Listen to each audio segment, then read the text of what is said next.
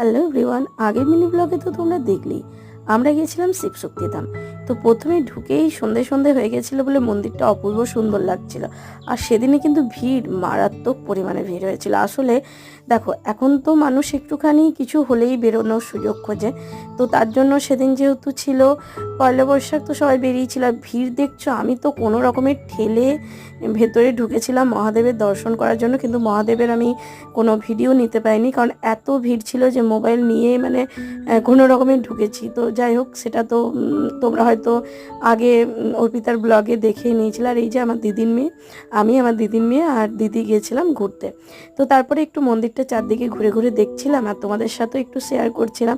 দেখো, আমি এমনিতেই ভিডিও করতে ভীষণ পছন্দ করি। আর যদি সেটা মিনি ব্লগ হয় তাহলে তো কোনো কথাই নেই, কারণ মিনি ব্লগে একদিক থেকে বলতে গেলে বেশ লাভ হয়, কারণ মিনি ব্লগটা দিতে সুবিধা হয়। তো যাই হোক, নেক্সট ব্লগের জন্য ওয়েট করো। টাটা।